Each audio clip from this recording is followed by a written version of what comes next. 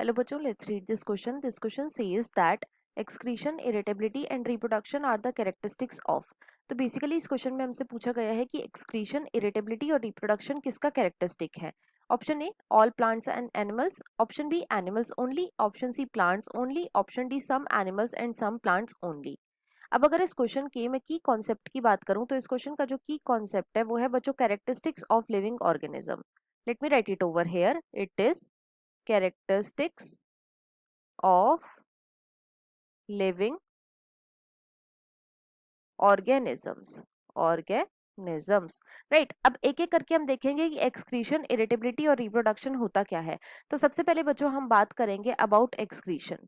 First we will talk about excretion. तो देखो excretion क्या है. तो बच्चों ये एक ऐसा प्रोसेस है जिसके अंदर क्या होता है, जिसके अंदर बॉडी में जितना भी वेस्ट मटेरियल होता है, जिसमें बॉडी में जितना भी वेस्ट मटेरियल होता है, इसको बॉडी से बाहर रिमूव कर दिया जाता है. इसको क्या कर दिया जाता है, बॉडी से रिमूव कर दिया जाता है. अब देखो अगर एनिमल्स में मैं ह्यूमन बींग्स की बात करूं तो देखो ह्यूमन बींग्स में क्या प्रेजेंट होता है, इनके अंदर प्रेजेंट होती है किडनी, जो कि मेन एक्सक्रीटरी ऑर्गन है. और अगर मैं प्लांट्स की बात करूं तो बच्चों प्लांट्स जो होते हैं इनके अंदर कोई मेन एक्सक्रीटरी ऑर्गन तो प्रेजेंट नहीं होता, लेकिन ये क्या करते हैं, ये स्टोमेटल पोर के थ्रू अपना वेस्ट जो है ये रिमूव कर देते हैं, या फिर ये जो है ये ऑक्सीजन और वाटर का रिमूवल करते हैं, जिससे क्या होता है प्लांट्स पे जो है वो वेस्ट का रिमूवल हो जाता है. राइट. नेक्स्ट हम बात करेंगे about irritability. So second we will talk about irritability.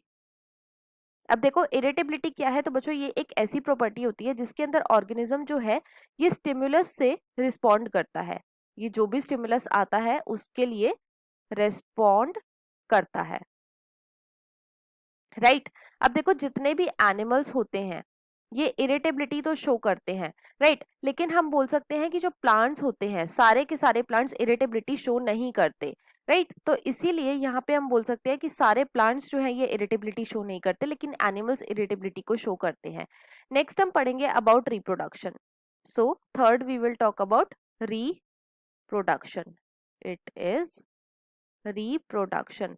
अब देखो रिप्रोडक्शन में जो री वर्ड है बच्चों इसका क्या मतलब होता है, इसका मतलब होता है अगेन. राइट. और जो प्रोडक्शन वर्ड है इसका क्या मतलब होता है, इसका मतलब होता है टू प्रोड्यूस. तो रिप्रोडक्शन क्या है, तो बच्चों ये एक ऐसा प्रोसेस होता है जिसके अंदर जो ऑर्गेनिज्म है ये अपने जैसे ऑफस्प्रिंग को दोबारा से प्रोड्यूस करते हैं. अब देखो सारे के सारे एनिमल्स जो हैं ये रिप्रोडक्शन शो नहीं करते. जैसे कि अगर मैं एग्जांपल की बात करूं तो जो म्यूल है ये रिप्रोडक्शन शो नहीं करता, या फिर जो स्टेराइल कपल्स होते हैं, राइट, जिनको बेबीज नहीं हो सकते, ये भी रिप्रोडक्शन शो नहीं करते. और साथ ही साथ जो प्लांट्स है बच्चों इनके अंदर रिप्रोडक्शन होता है, इनके अंदर वेजिटेटिव रिप्रोडक्शन भी होता है जो कि एक एसेक्सुअल मेथड है, और इनके अंदर सेक्सुअल मेथड से भी रिप्रोडक्शन होता है. राइट. अब क्वेश्चन में हम ऑप्शंस को चेक करते हैं. तो ऑप्शन ए में बच्चों हमें गिवन है ऑल प्लांट्स एंड एनिमल्स, तो ये इनकरेक्ट हो जाएगा. क्यों, क्योंकि यहाँ पे क्या आ जाते हैं, यहाँ पे कुछ एक्सेप्शंस आ जाते हैं. बी में बच्चों हमें गिवन है एनिमल्स ओनली, तो ये इनकरेक्ट हो जाएगा. सी में हमें गिवन है प्लांट्स ओनली, तो ये भी इनकरेक्ट हो जाएगा. और डी में हमें गिवन है some animals and some plants only. तो बच्चों ये ऑप्शन हमारा बिल्कुल करेक्ट है. क्यों, क्योंकि यहाँ पे बहुत सारे एक्सेप्शंस भी आ जाते हैं.